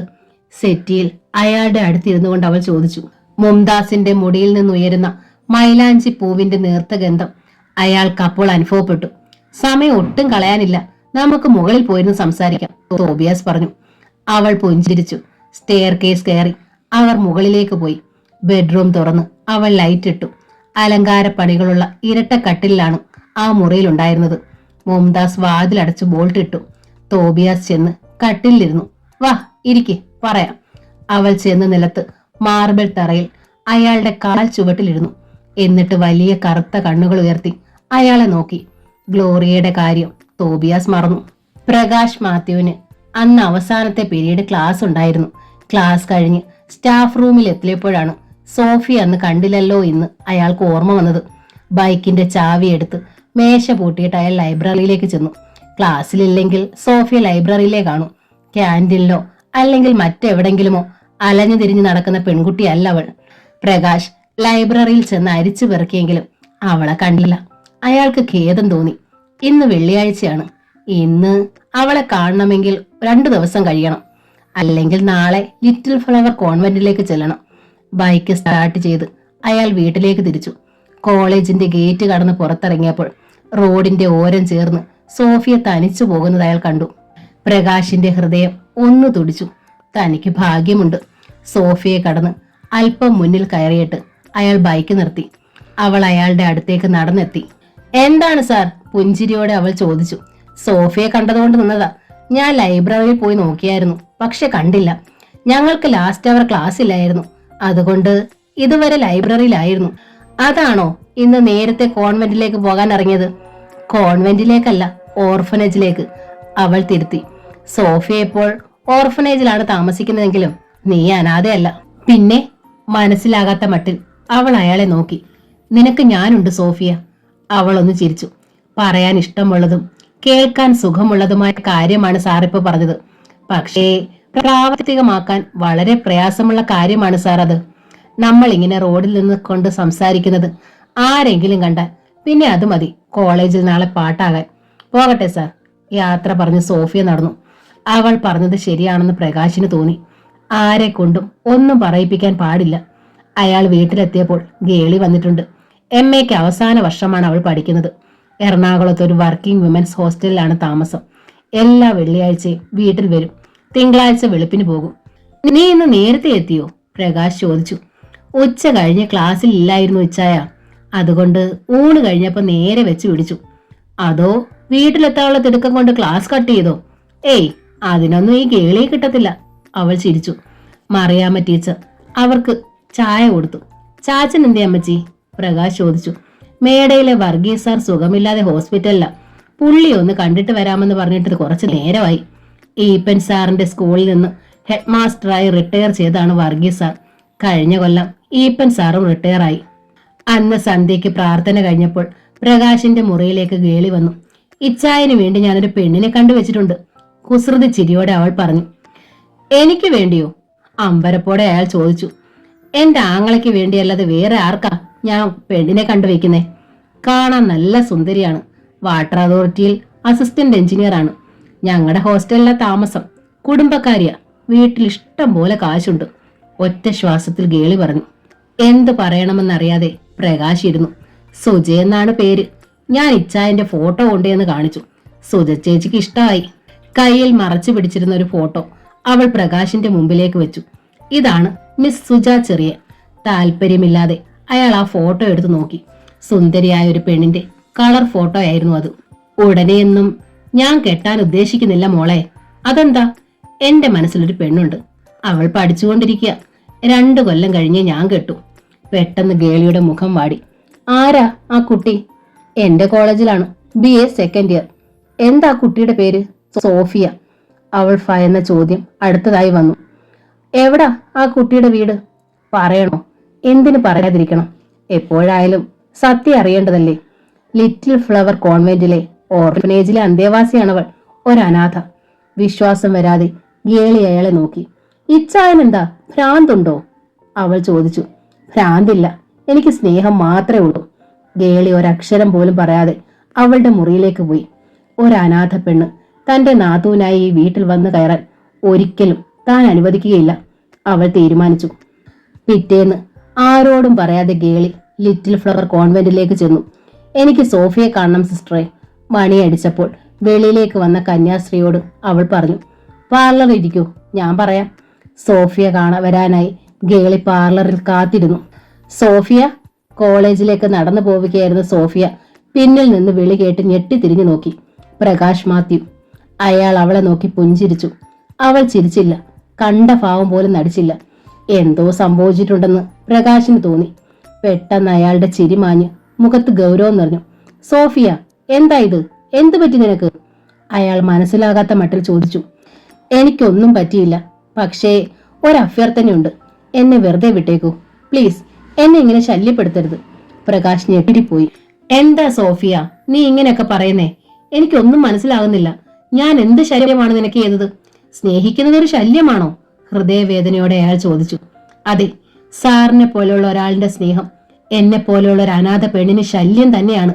ദയവ് ചെയ്ത് സാർ ഇനി എന്നോട് സംസാരിക്കാൻ വരരുത്. സോഫിയ പെട്ടെന്ന് തിരിഞ്ഞു നടന്നു. പ്രകാശ് സ്തബ്ധനായി നിന്നു. കരയാതിരിക്കാൻ സോഫിയ ചുണ്ടുകൾ കടിച്ചു പിടിച്ചെങ്കിലും അവൾക്ക് പിന്നെ സ്വയം നിയന്ത്രിക്കാൻ കഴിഞ്ഞില്ല. പ്രകാശ് കാണാതെ ഒഴിഞ്ഞൊരു ക്ലാസ് റൂമിലേക്ക് കയറിയവൾ പൊട്ടിക്കരഞ്ഞു. അവൾക്ക് സങ്കടം അടക്കാൻ കഴിഞ്ഞില്ല. മുന്നിലുണ്ടായിരുന്ന കൂരിരുട്ടിൽ തെളിഞ്ഞൊരേ ഒരു മെഴുകുതിരി വെളിച്ചമായിരുന്നു പ്രകാശ് സാർ. താനത് പുറം കൈകൊണ്ട് തട്ടിമാറ്റി. തനിക്ക് വേണ്ടിയല്ല, പ്രകാശ് സാറിന് വേണ്ടിയാണ്. സുന്ദരിയും സമ്പന്നയും അസിസ്റ്റന്റ് എഞ്ചിനീയറുമായ സുജാ ചെറിയാനെ കെട്ടിയാൽ പ്രകാശ് സാറിന്റെ ജീവിതം സുഖ സന്തോഷങ്ങൾ നിറഞ്ഞതാകുമെങ്കിൽ താൻ അതിനൊരു വിലങ്ങുതടിയാവുകയില്ല. സോഫിയയ്ക്ക് പിന്നെ ക്ലാസ്സിലിരിക്കാൻ കഴിഞ്ഞില്ല. അവൾ ബാഗും എടുത്ത് ക്ലാസ്സിൽ നിന്നിറങ്ങി. പ്രകാശ് സാറിനെ കണ്ടുമുട്ടരുതേ എന്നായിരുന്നു പ്രാർത്ഥന. ഭാഗ്യത്തിന് പുറത്തെങ്ങും പ്രകാശ് ഉണ്ടായിരുന്നില്ല. അവൾ നേരെ ഓർഫനേജിലേക്ക് ചെന്നു. ഡോർമിറ്ററിയിൽ കയറി അവൾ കിടക്കയിലേക്ക് വീണു. പിന്നെ അവൾ കമിഴ്ന്ന് കിടന്ന് മതിയാവോളം കരഞ്ഞു. എന്താണ് സോഫിയയ്ക്ക് സംഭവിച്ചത്? എത്ര ആലോചിച്ചിട്ടും പ്രകാശിന് മനസ്സിലായില്ല. കഴിഞ്ഞ ദിവസം കണ്ടപ്പോഴും അവൾ സ്നേഹത്തോടെയാണ് സംസാരിച്ചത്. പിന്നെ പെട്ടെന്ന് എന്താണൊരു മാറ്റം? ആരെങ്കിലും അവളുടെ മനസ്സ് മാറ്റിയോ? അമ്മച്ചിയെ വിട്ട് അവളോടൊന്ന് സംസാരിപ്പിക്കാം. എന്താണ് സംഭവിച്ചതെന്ന് അപ്പോഴറിയാലോ. അന്ന് വൈകുന്നേരം വീട്ടിൽ ചെന്നപ്പോൾ അയാൾ മടിച്ചാണെങ്കിലും മറിയാമ്മ ടീച്ചറോട് പറഞ്ഞു. അമ്മച്ചി, ഞങ്ങളുടെ കോളേജിൽ പഠിക്കുന്ന ഒരു കുട്ടിയെ എനിക്കിഷ്ടമാണ്. അവളെ കെട്ടിയാൽ കൊള്ളാമെന്നുണ്ട് എനിക്ക്. നിനക്ക് ഇഷ്ടപ്പെട്ടെങ്കിൽ പിന്നെന്ത് നോക്കാനാ, നമുക്ക് ആലോചിക്കാം. എവിടുത്തെ കാര്യാ? ഇവിടെ തന്നെ വീട്. കാശൊക്കെയുള്ള വീട്ടിലാണോ അവൾ? പെട്ടെന്ന് പ്രകാശ് നിശബ്ദനായി. തെല്ല് കഴിഞ്ഞ് പതിഞ്ഞ സ്വരത്തിൽ പറഞ്ഞു. ആ കുട്ടിക്ക് സമ്പത്തൊന്നും ഇല്ല അമ്മച്ചി. പിന്നെ സോഫിയയ്ക്ക് അപ്പനും ഇല്ല, അമ്മയില്ല. അവൾക്ക് ആരുമില്ല. എല്ലാരും മരിച്ചുപോയോ? അവൾ അനാഥയാണ് അമ്മച്ചി. ലിറ്റിൽ ഫ്ലവർ ഓർഫനേജിലെ അന്തേവാസിനി അവൾ. മറിയാമ്മ ടീച്ചർ മകനെ സൂക്ഷിച്ചു നോക്കി. ഗേളി എന്നോടെല്ലാം പറഞ്ഞിരുന്നടാ, പക്ഷേ ഞാനതൊന്നും വിശ്വസിച്ചില്ലായിരുന്നു. നിന്റെ നാവിൽ നിന്ന് തന്നെ എല്ലാം കേൾക്കാൻ വേണ്ടിയാ ഞാൻ മിണ്ടാതിരുന്നേ. നിനക്ക് എന്തു പറ്റിയടാ മോനെ? എന്റെ മനസ്സിന്റെ സന്തോഷം, എന്റെ തൃപ്തി, പണത്തെക്കാളൊക്കെ പ്രധാനം അതാണമ്മച്ചി, പ്രകാശ് വാദിച്ചു. കെട്ടിക്കഴിഞ്ഞാൽ സ്നേഹവും ഇഷ്ടവും ഒക്കെ താനേ ഉണ്ടാവും മോനെ. പക്ഷേ ഒരനാഥ പെണ്ണിനെ നീ കെട്ടുന്നതിനോട് എനിക്ക് യോജിപ്പില്ല. ഞാൻ ചാച്ചനോട് ഇക്കാര്യം പറഞ്ഞു. നിന്റെ കുടുംബക്കാർക്കെല്ലാം അനാഥ പെമ്പിളാരോട് എന്താ ഇത്ര സ്നേഹമെന്നാ ചാച്ചൻ ചോദിക്കുന്നത്. അപ്പോഴാണ് യമുന ആന്റിയുടെയും ജെയിംസ് അങ്കിളിന്റെയും കാര്യം പ്രകാശിന് ഓർമ്മ വന്നത്. വർഷങ്ങൾക്ക് ശേഷം ഒരു ഓർഫനേജിൽ നിന്ന് ജെയിംസ് അങ്കിളിന് സ്വന്തം മകളെ തിരിച്ചു കിട്ടിയിരിക്കുന്നു. ആ കുട്ടിയുടെ ബർത്ത്ഡേക്ക് ചാച്ചനും അമ്മച്ചിയും പോയിട്ടുണ്ടായിരുന്നു. ഏത് ഓർഫനേജിലായിരുന്നു ആ കുട്ടിയെന്ന രഹസ്യം ഇതുവരെ അവർ പുറത്തു വിട്ടിട്ടില്ല. അമ്മച്ചിയുടെ ബന്ധുവാണ് യമുന ആന്റി. പ്രായത്തിൽ അമ്മച്ചിയേക്കാൾ ഇളയതാണ്. അമ്മച്ചിക്ക് യമുന ആന്റിയോട് വലിയ സ്നേഹമാണ്. തിരിച്ചിങ്ങോട്ടും യമുന ആന്റി ശുപാർശ ചെയ്താൽ സോഫിയെ കെട്ടാൻ അമ്മച്ചി സമ്മതിക്കുമെന്ന് പ്രകാശിന് പെട്ടെന്ന് തോന്നി. ഒന്ന് പോയിട്ട് വരാം. ജെയിംസ് അങ്കിളിന്റെ മോളെ ഒന്ന് കാണാം. സോഫിയുടെ ഒരു ഫോട്ടോ സംഘടിപ്പിക്കണം. ചെല്ലുമ്പോൾ അത് കാണിക്കണം. അവളെ കണ്ടാൽ ആരും ഇഷ്ടപ്പെടും. പക്ഷെ ഫോട്ടോ എവിടുന്ന് കിട്ടും? സോഫിയോട് ചോദിച്ചാൽ അവളുടെ കയ്യിലുണ്ടെങ്കിലും തരില്ല. കോളേജിലെ സോഷ്യൽ സർവീസ് ലീഗിന്റെ ഉദ്ഘാടനത്തിന് എടുത്ത ഫോട്ടോ കുര്യാക്കോസ് അച്ഛന്റെ കയ്യിൽ കാണും. അന്ന് പാടിയപ്പോൾ സോഫിയയുടെ ഫോട്ടോയും എടുത്തു കാണുമല്ലോ. പിറ്റേന്ന് കോളേജിൽ ചെന്നപ്പോൾ കുര്യാക്കോസ് അച്ഛനെ കാണാൻ പ്രകാശ് ഹിസ്റ്ററി ഡിപ്പാർട്ട്മെന്റിലേക്ക് പോയി. അച്ഛൻ നെഗറ്റീവ് ഫിലിം എടുത്തു കൊടുത്തു. അന്ന് തന്നെ സ്റ്റുഡിയോയിൽ ചെന്ന് അയാൾ സോഫിയയുടെ ഫോട്ടോയുടെ 4-5 പ്രിന്റുകൾ എടുത്തു. ആ ശനിയാഴ്ച പ്രകാശ് കാർ എടുത്ത് യമുന ആന്റിയെ കാണാൻ പോയി. അയാൾ പേൾ വ്യൂവിൽ ചെന്നപ്പോൾ 12 മണിയായി. ജെയിംസ് ഓഫീസിലായിരുന്നു. ഗ്ലോറിയ ഡ്രൈവിംഗ് പഠിക്കാൻ പോയിരുന്നു. എന്താ മോനെ, നീ ഗ്ലോറിയയുടെ ബർത്ത്ഡേക്ക് വരാഞ്ഞേ? നീയും വരുമെന്നാ ഞാൻ വിചാരിച്ചേ, യമുന പരിഭവം പറഞ്ഞു. അന്ന് ക്ലാസ് ഉണ്ടായിരുന്നു ആന്റി. തന്നെയല്ല, തിരക്കില്ലാതെ വന്ന് മോളെ കാണാമെന്നും വിചാരിച്ചു, അയാൾ പറഞ്ഞു. അവർ അല്പനേരം പലതും സംസാരിച്ചിരുന്നു. ഒടുവിൽ പോക്കറ്റിൽ നിന്ന് സോഫിയയുടെ ഫോട്ടോ എടുത്ത് പ്രകാശ് ഡൈനിങ് ടേബിളിൽ വെച്ചു. ഈ കുട്ടിയാണ് ആന്റി ഞാൻ കെട്ടാൻ ആഗ്രഹിക്കുന്നത്, അയാൾ പറഞ്ഞു. യമുന കൗതുകത്തോടെ ആ ഫോട്ടോ എടുത്തു നോക്കി. പെട്ടെന്ന് അവൾ സോഫിയെ തിരിച്ചറിഞ്ഞു. ഇത് ലിറ്റിൽ ഫ്ലവർ ഓർഫനേജിലെ കുട്ടിയല്ലേ? ആന്റിക്ക് എങ്ങനെ അറിയാം സോഫിയെ? പ്രകാശിന് ആശ്ചര്യമായി. അപ്പോഴേക്കും ജെയിംസ് ഊണ് കഴിക്കാനെത്തി. ഗ്ലോറിയ ഈ ഓർഫനേജിലായിരുന്നു. അവിടുന്നാ ഞങ്ങൾ അവളെ കൊണ്ടുവന്നത്. അവിടെ വെച്ച് ഈ കുട്ടിയെ ഞങ്ങൾ കണ്ടിട്ടുണ്ട്. ജെയിംസ് ആ ഫോട്ടോ എടുത്തു നോക്കി. പ്രകാശ് ആ കുട്ടിയെ കെട്ടാൻ ആഗ്രഹിക്കുന്നു ജെയിംസേ, യമുന പറഞ്ഞു. പക്ഷെ വീട്ടിൽ ആർക്കും താല്പര്യമില്ല അങ്കളെ. എന്ന് മാത്രമല്ല എതിർപ്പുവാ. കാശുള്ള വീട്ടിലെ പെണ്ണിനെ ഞാൻ കെട്ടുന്നതാ അവർക്കിഷ്ടം. നിനക്ക് ഈ കുട്ടി ഇഷ്ടമാണോ പ്രകാശേ? ഫോട്ടോയിൽ നിന്ന് മുഖമുയർത്തി ജെയിംസ് ചോദിച്ചു. അതെ, അവൾക്കും എന്നെ ഇഷ്ടമാണ്. അക്കാര്യത്തിൽ അങ്കിളിന്റെ ആന്റിയുടെ സപ്പോർട്ട് എനിക്ക് വേണം. അതിനാ ഞാൻ ഇപ്പൊ വന്നത്. നിങ്ങൾ നിർബന്ധിച്ച് പറഞ്ഞ ചാച്ചനും അമ്മച്ചിയും സമ്മതിക്കും. പ്രകാശ് പ്രതീക്ഷയോടെ രണ്ടുപേരെയും മാറി മാറി നോക്കി. അവസാനത്തെ കച്ചിത്തൊരുമ്പിലാണ് താൻ പിടിച്ചിരിക്കുന്നതെന്ന് അയാൾക്കറിയാമായിരുന്നു. ജെയിംസ് അങ്കിളും യമുന ആന്റിയും കൈവിട്ടാൽ. ഞങ്ങൾ ഗ്ലോറിയയെ കാണാൻ അവിടെ ചെന്നപ്പോൾ ഈ കുട്ടിയെ കണ്ടതാ. ഇഷ്ടം തോന്നുകയും ചെയ്തു. ഗ്ലോറിയ എന്റെ മകളല്ലായിരുന്നെങ്കിൽ ഈ കുട്ടിയെ ഞങ്ങൾ ദത്തെടുത്തേനെ, ജെയിംസ് പറഞ്ഞു. എല്ലാം ദൈവഹിതം പോലെ സംഭവിക്കൂ. നീ ധൈര്യമായിട്ടിരിക്കെ പ്രകാശേ, നീ അവളെ കെട്ടും. അമ്മാമ്മയോട് ഞാൻ വിളിച്ച് സംസാരിക്കാം, യമുന ഏറ്റു. അവൾക്ക് പണമില്ലെന്നുള്ള ഖേദമൊന്നും ആർക്കും വേണ്ട. നിന്റെ അമ്മച്ചി എന്ത് സ്ത്രീധനമാ നിനക്ക് പ്രതീക്ഷിക്കുന്നേ? അത് ഞങ്ങൾ തരാം. ഞങ്ങളുടെ മോളായിട്ട് അവളെ നിനക്ക് കെട്ടിച്ചു തരാം, പോരെ? ജെയിംസ് ചോദിച്ചു. സന്തോഷം കൊണ്ട് പ്രകാശിന്റെ കണ്ണുകൾ നിറഞ്ഞു.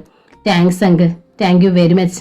ഓർഫനേജിൽ വളർന്നു പോയി എന്നത് കൊണ്ട് മാത്രം ഒരു കുട്ടി ആരുമില്ലാത്തവളാണെന്നോ ദരിദ്രയാണെന്നോ ഒരിക്കലും വിചാരിക്കരുത് പ്രകാശ്. ഗ്ലോറിയയുടെ കാര്യം തന്നെ എടുക്ക്. എല്ലാം ഉണ്ടായിരുന്നിട്ടും 18 വയസ്സുവരെ എന്തൊരു ജീവിതമായിരുന്നു അവളുടേത്. ജെയിംസ് ആ ഫോട്ടോ എടുത്ത് വീണ്ടും നോക്കി. ഗ്ലോറിയ ഇതറിയുമ്പോൾ അവൾക്കൊരു സർപ്രൈസ് ആയിരിക്കും. ലിറ്റിൽ ഫ്ലവറിൽ അവളോടൊപ്പം വളർന്ന കുട്ടിയല്ലേ സോഫിയ, അയാൾ പറഞ്ഞു. ഗ്ലോറിയ അപ്പോൾ ചാർലി മാസ്റ്ററുടെ കാറിൽ ഡ്രൈവിംഗിന്റെ ആദ്യ പാഠങ്ങൾ പഠിക്കുകയായിരുന്നു. ആ ചെറിയ മാരുതി കാറിൽ മാസ്റ്ററും അവളും മാത്രമേ ഉണ്ടായിരുന്നുള്ളൂ. സ്റ്റിയറിംഗ് വീലിന് പിന്നിൽ അവൾ തൊട്ടടുത്തു മാസ്റ്റർ. നേരെ റോഡിലേക്ക് നോക്കി വണ്ടി ഓടിക്ക് ഗ്ലോറിയ. റോഡിന്റെ ഇടതുവശത്ത് കണ്ട ആൾക്കൂട്ടത്തിന് നേരെ അവൾ നോക്കിയപ്പോൾ ചാർലി മാസ്റ്റർ പറഞ്ഞു. ഗ്ലോറിയ നേരെ നോക്കി. വെളുത്തു തടിച്ച ഒരു മധ്യവയസ്കനാണ് ചാർലി മാസ്റ്റർ. രസികനാണ്. അയാളുടെ ചില നോട്ടവും ഭാവവും പെരുമാറ്റവും കാണുമ്പോൾ പഴയ ജോസഫ് കൈതാരത്തെ അവൾക്ക് ഓർമ്മ വരും. അറിയാതെ എന്ന മട്ടിൽ തൊടാനും പിടിക്കാനും ബിരുദനാണ് ചാർലി മാസ്റ്റർ. സാധാരണ ഡ്രൈവിംഗ് പഠിക്കുമ്പോൾ വേറെ 1-2 പേരെങ്കിലും ബാക്ക് സീറ്റിൽ കാണും. പക്ഷെ മാസ്റ്റർക്ക് ഇഷ്ടപ്പെട്ട വിദ്യാർത്ഥിനിയാണെങ്കിൽ വണ്ടിയിൽ വേറെ ആരെ അയാൾ കയറ്റുകയില്ല. ഒരാഴ്ച കൊണ്ട് എന്നെ ഡ്രൈവിംഗ് പഠിപ്പിക്കാമോ മാസ്റ്ററെ? റോഡിൽ നിന്ന് കണ്ണെടുക്കാതെ ഗ്ലോറിയ ചോദിച്ചു. എന്തിനാ ഒരാഴ്ച? ഗ്ലോറിയ സഹകരിച്ചാൽ വെറും 2 ദിവസം കൊണ്ട് ഞാൻ പഠിപ്പിച്ചു തരാം. സഹകരിക്കാനൊക്കെ ഞാൻ തയ്യാറാ. ഡാഡി എനിക്ക് വേണ്ടി പുതിയ വണ്ടി ഓർഡർ ചെയ്തിട്ടുണ്ട്. അത് അടുത്ത ആഴ്ച വരും. പുത്തൻ വണ്ടി ആദ്യം എനിക്ക് തന്നെ ഓടിക്കണം. അതിനാ, അവൾ വെളിപ്പെടുത്തി. 2 ദിവസം ഗ്ലോറിയ എനിക്ക് ഫുൾ ടൈം വേണം, ചാർലി മാസ്റ്റർ പറഞ്ഞു. 2 ദിവസമല്ല, 3 ദിവസം ഫുൾ ടൈം തരാം മാസ്റ്ററെ. എനിക്ക് വേറെ എന്തുവാ പണി? ചാർലി മാസ്റ്റർ അല്പം കൂടി അവളെ ചേർത്ത് പിടിച്ചിരുന്നു. എന്നിട്ട് സ്റ്റിയറിംഗ് വീലിൽ പിടിച്ച അവളുടെ കയ്യിൽ പിടിച്ച് കാർ നിയന്ത്രിക്കുന്ന മട്ടിലിരുന്നു. ഗ്ലോറിയ മിടുക്കിയ, വേഗം പഠിക്കും. അയാൾ അഭിനന്ദനം പോലെ അവളുടെ ചെവിയിൽ അടുത്തേക്ക് പറഞ്ഞു. അവൾ പുഞ്ചിരിച്ചു. പെട്ടെന്നാണ് എതിരെ ഒരു ബൈക്ക് പാഞ്ഞു വന്നത്. ഗ്ലോറിയയുടെ മനസ്സൊന്ന് ചഞ്ചലമായി. അവൾ കാർ ഇടത്തേക്കൊന്ന് വെട്ടിച്ചു. കാർ ഒന്ന് പാളി. കുറ്റപ്പെടുത്തുന്ന മട്ടിൽ ചാർലി മാസ്റ്റർ അവളുടെ തുടയിലൊന്ന് നുള്ളി. എന്തിനാ അവൻ എത്രയും സൈഡ് കൊടുത്തേ? ബൈക്കിന് സുഖമായിട്ട് പോകാനുള്ള സൈഡ് ഉണ്ടായിരുന്നല്ലോ, അയാൾ പറഞ്ഞു. ബൈക്കിന്റെ വരവ് കണ്ടപ്പോ ഞാൻ അങ്ങ് പേടിച്ചു പോയി. ഇനി അങ്ങനെ പേടിക്കരുത്, ധൈര്യം വേണം. എന്നാലും മാസ്റ്ററിനി നുള്ളുമ്പോ ഇത്ര അമർത്തി നുള്ളരുത് കേട്ടോ. അയ്യോ സോറി, നൊന്തോ മോൾക്ക്? അയാൾ ഖേദത്തോടെ ചോദിച്ചു. പിന്നില്ലേ, സോറി മോളെ സോറി. അയാൾ നുള്ളിയ ഭാഗത്ത് തടവി കൊടുത്തു. അവൾ ഇക്കിളിയായതുപോലെ ചിരിച്ചു. കുറച്ചു നേരം കൂടി ഓടിച്ചപ്പോഴേക്ക് ഗ്ലോറിയ ക്ഷീണിച്ചു. വിശക്കുന്നു മാസ്റ്ററെ, ഇനി നമുക്ക് നിർത്താം. എന്നാൽ നേരെ വീട്ടിലേക്ക് പോകാം. പേൾവ്യൂവിന്റെ മുന്നിൽ ചെന്ന് കാർ നിന്നു. ഗ്ലോറിയ ഡ്രൈവിംഗ് സീറ്റിൽ നിന്നിറങ്ങി. നാളെ രാവിലെ 9 ഞാൻ ഇവിടെ വരും, ചാർലി മാസ്റ്റർ പറഞ്ഞു. അവൾ തലകുലുക്കി. കാറിൽ നിന്ന് ഇറങ്ങും മുമ്പ് അവൾ അയാളുടെ തുടയിൽ അമർത്തി ഒരു നുള്ളു കൊടുത്തു. നാളെ കാണുന്നവരെ എന്നെ മറക്കാതിരിക്കാനാണ്. അവൾ കാറിൽ നിന്ന് ഇറങ്ങി പോകുന്നത് നോക്കി ചാർലി മാസ്റ്റർ മധുരിക്കുന്ന ഒരു വേദനയോടെ ഇരുന്നു. ഗ്ലോറിയ ചെന്നപ്പോൾ ഡൈനിങ് റൂമിൽ ജെയിംസും യമുനയും പ്രകാശും ഉണ്ടായിരുന്നു. സുന്ദരനായ ചെറുപ്പക്കാരനെ കണ്ട് അവൾ ഒന്ന് പകച്ചു. പ്രകാശേ, ഇതാണ് എന്റെ മോൾ ഗ്ലോറിയ. ജെയിംസ് അവളെ പരിചയപ്പെടുത്തി. ജെയിംസ് സൗഹൃദപൂർവ്വം അവളെ നോക്കി ചിരിച്ചു. പ്രകാശിനെ യമുനയും പരിചയപ്പെടുത്തി. മമ്മിയുടെ ബന്ധുവാ, കോളേജിൽ പഠിപ്പിക്കുക. പ്രകാശ് പെണ്ണ് കെട്ടാൻ പോവാ. പെണ്ണിന് നീ അറിയുമെന്ന് നോക്കുമോളെ. ടീപ്പോയിൽ കിടന്ന ഫോട്ടോ എടുത്ത് ജെയിംസ് അവൾക്ക് കൊടുത്തു. സോഫിയയുടെ പുഞ്ചിരിക്കുന്ന ഫോട്ടോ കണ്ട് ഗ്ലോറിയ ഞെട്ടി. സോഫിയയുടെ ഫോട്ടോയിലേക്ക് ഗ്ലോറിയ തുറച്ചു നോക്കി. ഫോട്ടോ പിടിച്ച വിരലുകൾ അറിയാതെ വിറകൊണ്ടു. പ്രകാശ് ഒരു കാരണവശാലും സോഫിയെ കെട്ടാൻ പാടില്ല. ജെയിംസിന്റെ മകൾ ഒരിക്കലും കൺവട്ടത്തേക്ക് വരരുത്. വന്നാൽ അവൾ ഒരു നിത്യ ഭീഷണിയാകും. എന്തെങ്കിലും തരത്തിൽ ജെയിംസിന് സംശയം തോന്നിയാൽ അതോടെ തന്റെ ഈ സാമ്രാജ്യത്തിന് ഇളക്കം തട്ടും. എന്താ മോൾ ആലോചിക്കുന്നേ? ലിറ്റിൽ ഫ്ലവറിലുള്ള കുട്ടിയല്ലേ ഇവൾ? യമുന ചോദിച്ചു. അതേ മമ്മി, സോഫി എനിക്ക് നന്നായിട്ടറിയാം. പ്രകാശ് ചേട്ടൻ എങ്ങനെയാ അവളെ പരിചയം? ഗ്ലോറിയ പ്രകാശിനെ നോക്കി. അവൾ എന്റെ കോളേജിലാ പഠിക്കുന്നത്. സോഫിയ കല്യാണത്തിന് സമ്മതിച്ചോ? എന്ത് മറുപടിയാണ് പറയുക? സോഫിയയ്ക്ക് തന്നെ ഇഷ്ടമാണ്. പക്ഷേ വീട്ടിൽ നിന്നുള്ള അനുവാദം കിട്ടിയാൽ ഉറപ്പായിട്ടും അവൾ സമ്മതിക്കും. അവൾക്ക് സമ്മതമാണ്, പ്രകാശ് പറഞ്ഞു. ഗ്ലോറിയ പരിഹാസത്തോടെ ഒന്ന് ചിരിച്ചു. ജീപ്പ് ഡ്രൈവറേക്കാൾ എന്തുകൊണ്ടും യോഗ്യൻ കോളേജ് ലെക്ചർ ആണെന്ന് മനസ്സിലാക്കാനുള്ള ബുദ്ധിയൊക്കെ അവൾക്കുണ്ട്. എന്താ മോളെ നീ പറഞ്ഞത്? യമുന ചോദിച്ചു. പ്രകാശും ജെയിംസും മനസ്സിലാകാത്ത മട്ടിൽ അവളെ നോക്കി.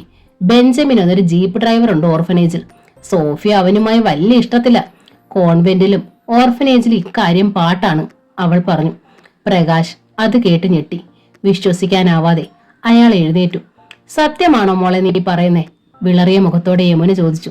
അതെ മമ്മി, ബെഞ്ചമിനെ അല്ലാതെ വേറെ ആരെയും കെട്ടത്തില്ലെന്ന് അവൾ പലവട്ടം എന്നോട് പറഞ്ഞിട്ടുണ്ട്. അവൾക്ക് 18 വയസ്സ് തികഞ്ഞാലുടൻ ബെഞ്ചമിനെ കൊണ്ട് കെട്ടിക്കാന്ന് മാർട്ടിന സിസ്റ്റർ വാക്ക് കൊടുത്തിട്ടുമുണ്ട്. തളർച്ചയോടെ പ്രകാശ് വീണ്ടും കസേരയിലേക്കിരുന്നു. സോഫിയ തന്നിൽ നിന്ന് ഒഴിഞ്ഞു മാറാനുള്ള കാരണം ബെഞ്ചമിനാണോ? പ്രകാശിന് അവളോടൊരു ഇഷ്ടം തോന്നി. പക്ഷേ അവൾക്ക് പ്രകാശിനോട് മറിച്ചൊരു ഇഷ്ടം ഉണ്ടായി കാണില്ല. പഠിപ്പിക്കുന്ന സാറിനോടുള്ള ബഹുമാനം മാത്രം. അതല്ലേ സത്യം? ജെയിംസ് ചോദിച്ചു. അല്ലെങ്കിൽ അവൾക്ക് എന്നെ ഇഷ്ടമായിരുന്നു. അല്ല, ഇഷ്ടമാണ്. അവൾ അനാഥയാണെന്നും എന്നെ കെട്ടാനുള്ള അർഹതയൊന്നും അവൾക്കില്ലെന്നും പറഞ്ഞിട്ടുണ്ട്, പ്രകാശ് വെളിപ്പെടുത്തി. അവൾക്ക് ചേർന്നത് ആ ഡ്രൈവർ തന്നെ, അവൾക്കതറിയാം, ഗ്ലോറിയ പറഞ്ഞു. തൽക്കാലം നമുക്കൊരു തീരുമാനം എടുക്കണ്ട. യമുനയും ഞാനും കൂടെ ഒരു ദിവസം അവിടെ ചെന്ന് സോഫിയെ കണ്ട് സംസാരിക്കാം. കോൺവെന്റിൽ ചെന്ന് മദറിനെയും കാണാം. സത്യാവസ്ഥ അറിഞ്ഞിട്ട് മതി തീരുമാനമെടുക്കുന്നത്. എന്താ? ജെയിംസ് പറഞ്ഞു. ശരിയാ, അത് മതി. വെറുതെ അബദ്ധത്തിലൊന്നും ചെന്ന് ചാടണ്ട പ്രകാശ്. അയാൾ വല്ലാതെ ആശയക്കുഴപ്പത്തിലായി. വിഭവസമൃദ്ധമായ ഭക്ഷണമാണ് ലഞ്ചിന് ഒരുക്കിയിരുന്നത്. പക്ഷേ പ്രകാശ് വളരെ കുറച്ച് മാത്രമേ കഴിച്ചുള്ളൂ. ബെഞ്ചമിന്റെ കാര്യം അറിഞ്ഞതോടെ അയാളുടെ വിശപ്പും ദാഹവും ഒക്കെ മരവിച്ചു പോയിരുന്നു. ഊണ് കഴിഞ്ഞ് പ്രകാശ് യാത്ര പറഞ്ഞിറങ്ങി. നീ യമുനയുടെ വീട്ടിൽ പോയി ഇരിക്കുവായിരുന്നോ? അയാൾ തിരിച്ച് വീട്ടിലെത്തിയപ്പോൾ മറിയാമ്മ ടീച്ചർ ചോദിച്ചു. എവിടെ പോവുകയാണെന്ന് പറയാതെയായിരുന്നു രാവിലെ പ്രകാശ് വീട്ടിൽ നിന്നിറങ്ങിയത്. അമ്മച്ചി എങ്ങനെ അറിഞ്ഞു? ജെയിംസിന്റെ മോൾ വിളിച്ചായിരുന്നു. നീ അങ്ങ് എത്തിയോന്നറിയാൻ. നിന്റെ മൊബൈൽ നമ്പർ ചോദിച്ചു. ഞാൻ പറഞ്ഞു നിനക്ക് മൊബൈൽ ഇല്ലെന്നു. പ്രകാശ് ഒന്നും പറയാതെ അയാളുടെ മുറിയിലേക്ക് പോയി. മറിയാമ്മ ടീച്ചർ കൂടെ ചെന്നു. അവൾക്ക് നിന്നെ ശരിക്ക് പിടിച്ചെന്ന് തോന്നുന്നു. നിന്നെക്കുറിച്ചുള്ള സകല കാര്യങ്ങളും ചോദിച്ചു മനസ്സിലാക്കി. അമ്മച്ചിയെ കാണാൻ ഉടൻ വരുന്നുണ്ടെന്നും പറഞ്ഞു. ഭാഗ്യമുള്ള വെണ്ണ, ജെയിംസിന്റെ സ്വത്ത് മുഴുവൻ അവൾക്കല്ലേ കിട്ടാൻ പോകുന്നേ. അവളെ കിട്ടുന്നവൻ ഭാഗ്യവാനാ. പ്രകാശിന്റെ മുഖത്തേക്ക് ഉറ്റുനോക്കിക്കൊണ്ടാണ് മറിയാമ്മ ടീച്ചർ അത് പറഞ്ഞത്. പക്ഷേ അയാൾ അത് കേട്ടതായി പോലും നടിച്ചില്ല. മറിയാമ്മ ടീച്ചർ പിന്നെ അവിടെ നിന്നില്ല. അവർ മുറിയിൽ നിന്നിറങ്ങിപ്പോയി. അമ്മച്ചി പറഞ്ഞത് എന്തിനാണെന്ന് പ്രകാശിന് വ്യക്തമായി മനസ്സിലായി. അമ്മച്ചിയുടേത് വെറും തെറ്റിദ്ധാരണയാണെന്നും അയാൾക്ക് തോന്നി. പക്ഷേ മറിയാമ്മ ടീച്ചറിന്റെ തോന്നലിന് അടിസ്ഥാനമുണ്ടെന്ന് അന്ന് രാത്രിയിൽ പ്രകാശിന് മനസ്സിലായി. ഗ്ലോറിയ അയാളെ ഫോണിൽ വിളിച്ചു. ഞാൻ ഇച്ചായനെ നേരിട്ടൊന്ന് വിളിച്ചായിരുന്നു. അന്നേരം വീട്ടിലെത്തിയിട്ടില്ല, അവൾ പറഞ്ഞു. അമ്മച്ചി പറഞ്ഞായിരുന്നു. ഇച്ചായൻ വലിയ മനോവിഷമത്തോടാ പോയെന്ന് എനിക്ക് തോന്നി. കാറിൽ ഒറ്റയ്ക്കല്ലായിരുന്നോ? സുരക്ഷിതമായിട്ട് അങ്ങ് എത്തിയോന്നറിയാനാ വിളിച്ചത്. എനിക്കങ്ങനെ വലിയ മനോവിഷമൊന്നും ഇല്ലായിരുന്നു, അവൾ പറഞ്ഞത് അയാൾ നിഷേധിച്ചു. എന്നോട് എന്തിനാ നുണ പറയുന്നേ? നമ്മൾ സ്നേഹിക്കുന്ന ആൾ വേറൊരാളിനെയാ സ്നേഹിക്കുന്നതെന്നറിയുമ്പോ ആർക്കായാലും മനോവിഷമം ഉണ്ടായോ? ഇച്ചായൻ സോഫിയെ സ്നേഹിക്കുന്നു എന്ന് ഓർക്കുമ്പോ എന്താണെന്ന് അറിയില്ല, എന്റെ മനസ്സിലൊരു നീറ്റൽ, ഗ്ലോറിയ പറഞ്ഞു. പ്രകാശിന് സംശയം തോന്നി. അവൾ എന്താണ് ഈ പറയുന്നത്? ഇച്ചായൻ ഒരു മൊബൈൽ മേടിക്കണം, അവൾ പറഞ്ഞു. അതിന്റെ ആവശ്യം ഇതുവരെ അനുഭവപ്പെട്ടിട്ടില്ല. എങ്കിൽ വാങ്ങണമെന്ന് ഞാൻ ഇപ്പോൾ പറയുന്നു. എപ്പോൾ വേണമെങ്കിലും എനിക്ക് വിളിക്കാനാണ്. ഞാനീ പറയുന്നത് തെറ്റാണെങ്കിൽ എന്നോട് ക്ഷമിക്കണം. എനിക്ക് വേണ്ട. എനിക്ക് പറയാൻ നാണാവുന്നു. ഗുഡ് നൈറ്റ് ഇച്ചായ. അവൾ പെട്ടെന്ന് റിസീവർ വെച്ചു. റിസീവറുമായി പ്രകാശ് നിന്നു. ഗ്ലോറിയ സുന്ദരിയാണ്, പക്ഷേ തനിക്ക് ഇഷ്ടപ്പെടാൻ കഴിയാത്ത എന്തോ ഒന്ന് അവളിലുണ്ട്. ഗ്ലോറിയ തന്റെ പെണ്ണല്ല, അക്കാര്യത്തിൽ യാതൊരു സംശയവുമില്ല. പ്രകാശ് റിസീവർ വെച്ചു. പിറ്റേന്ന് കോളേജിൽ ചെന്നപ്പോൾ സോഫിയയുടെ കാര്യത്തിൽ കുര്യാക്കോസ് അച്ഛന്റെ സഹായം തേടുന്നതാണ് ബുദ്ധിയെന്ന് അയാൾക്ക് തോന്നി. താൻ ചോദിച്ചാൽ അവൾ ഒന്നും തുറന്നു പറയാൻ സാധ്യതയില്ല. അയാൾ ഹിസ്റ്ററി ഡിപ്പാർട്ട്മെന്റിലേക്ക് ചെന്നു. കുര്യാക്കോസ് അച്ഛൻ അദ്ദേഹത്തിന്റെ മുറിയിലുണ്ടായിരുന്നു. ഇരിക്ക് പ്രകാശേ, ഫസ്റ്റ് അവർ ക്ലാസ് ഇല്ലേ? അച്ഛൻ ചോദിച്ചു. ഇല്ലച്ചോ, ഞാനിപ്പോ വന്നത് അച്ഛന്റെ സഹായം അഭ്യർത്ഥിക്കാനാണ്. എന്താണ്? എന്നെ കൊണ്ട് ചെയ്യാൻ പറ്റുന്നതാണെങ്കിൽ പറയൂ. അച്ഛൻ സന്നദ്ധനായി. ആ സോഫിയുണ്ടല്ലോ, ആ കുട്ടി എനിക്ക് ഇഷ്ടമാണച്ചോ. കെട്ടണമെന്ന് എനിക്ക് ആഗ്രഹമുണ്ട്. എന്തേലും തടസ്സമുണ്ടോ? വീട്ടിൽ നിന്ന് അത്ര പെട്ടെന്ന് അനുവാദം കിട്ടുകയില്ല. പക്ഷേ എന്നെ അലട്ടുന്ന അതല്ല. അവൾ ബെഞ്ചമിൻ എന്നൊരു ഡ്രൈവറുമായിട്ട്. മനസ്സിലുള്ള ആശങ്കകളെല്ലാം അയാൾ കുര്യാക്കോസ് അച്ഛനുമായി പങ്കുവെച്ചു. ഞാൻ ചോദിച്ചാൽ അവൾ ഒന്നും തുറന്നു പറയത്തില്ല. അച്ഛനൊന്ന് സംസാരിക്കണം, പ്രകാശ് അഭ്യർത്ഥിച്ചു. അത്രയുള്ളോ കാര്യം? അത് ഞാൻ ഏറ്റു. അന്നുച്ചയ്ക്ക് സോഫിയെ കുര്യാക്കോസ് അച്ഛൻ അദ്ദേഹത്തിന്റെ മുറിയിലേക്ക് വിളിപ്പിച്ചു. ആരാ മോളെ ഈ ബെഞ്ചമിൻ? അച്ഛന്റെ ചോദ്യം കേട്ട് അവൾ ഒന്ന് ഞെട്ടി. അച്ഛൻ എങ്ങനെ അറിയാം ബെഞ്ചമിനെ? അവൾ ചോദിച്ചു. അവൻ നിന്നെ കെട്ടാൻ പോവാണെന്നറിഞ്ഞു, അതാ ചോദിച്ചേ. ഒരിക്കലും ഞാനത് സമ്മതിക്കത്തില്ല. അങ്ങനെ വല്ലതും സംഭവിച്ചാൽ ഞാൻ പിന്നെ ജീവിച്ചിരിക്കത്തില്ല. സോഫിയയുടെ കണ്ണുകൾ നിറഞ്ഞു.